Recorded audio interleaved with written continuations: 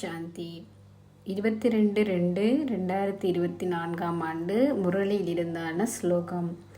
மற்றவர்களை ஒரு கண நேர பார்வையால் அப்பால் எடுத்துச் செல்லும் சேவையை செய்வதற்கு பாப் தாதாவை உங்களின் கண்களில் அமிழ்த்தி வைத்திருங்கள். ஒரு நபர் மனதில் என்ன உணர்வுகளை கொண்டிருக்கிறாரோ அவை அவரின் கண்களின் ஊடாக வெளிப்படும். ஆத்மாவின் நிலைப்பாடு கண்கள் மூலமாக அறியக்கூடியதாக இருக்கும். பாபா மீது சதா அன்பினையும் அவருடனான உறவு முறைகளின் இனிமையையும் ஒரு ஆத்மா அனுபவம் செய்யும் போது அவரின் மனம் எப்பொழுதும் குதூகலத்துடனும் அமைதியுடனும் சக்தி வாய்ந்ததாகவும் இருக்கும். இவ்வாறான ஸ்திதியில் இருக்கும் ஒருவர் முன்னே இன்னொரு ஆத்மா செல்லும் போது அந்த ஆத்மாவின் ஒரு கண பார்வை இந்த ஆத்மாவை பல அனுபவங்களுக்கு கொண்டு சென்றுவிடும்.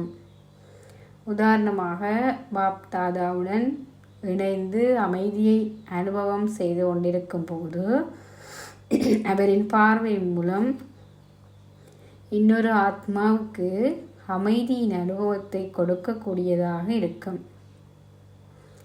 இவ்வாறான உணர்வுகளுடன் இருக்கும் ஒரு ஆத்மா தனது வார்த்தைகள் செயல்களின் சக்தியை அதிகம் பயன்படுத்தி சேவை செய்ய தேவையில்லை.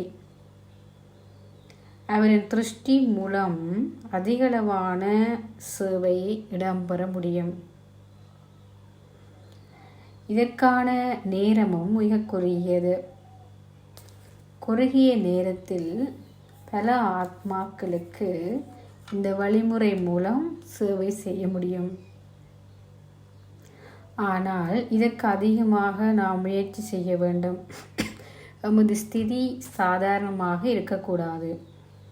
அவ்வாறு இருந்தால் ஏனையவர்கள் அப்பால் செல்லும் அனுபவத்தை பெற்றுக்கொள்ள மாட்டார்கள்.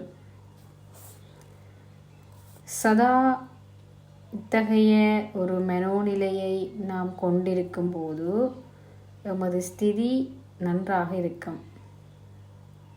இதற்கு அந்த ஆத்மா தமக்குள் அதிக நல்லாசிகள் தூய உணர்வுகளை கொண்டிருக்க வேண்டும்.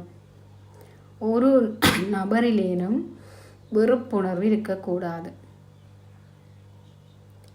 இப்போது எமக்கு நேரம் போதுமானதாக இருப்பதால் வார்த்தைகளால் செயல்களால் இலகுவாக சேவை செய்யக்கூடியதாக இருக்கிறது.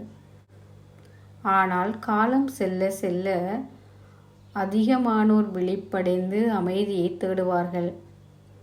அந்த சமயம் உம்மால் அவர்களுக்கு அமர்ந்திருந்து பாதையை காட்டுவதற்கான விளக்கத்தை கொடுக்க நேரம் போதுமாக இருக்காது. எமது ஒருகண பார்வையாலே அந்த ஆத்மாக்களை அப்பால் எடுத்து செல்ல வேண்டும். இதற்கு நீண்ட காலமாக நாம் உருவாக்கியுள்ள எமது ஸ்திதி மூலமாகவே இத்தகைய சேவையை செய்ய முடியும். இது நீண்ட கால பயிற்சி அவசியம். இதற்கு நாம் முக்கியமாக பெற்றை வென்றவராகவும் இருக்க வேண்டும்.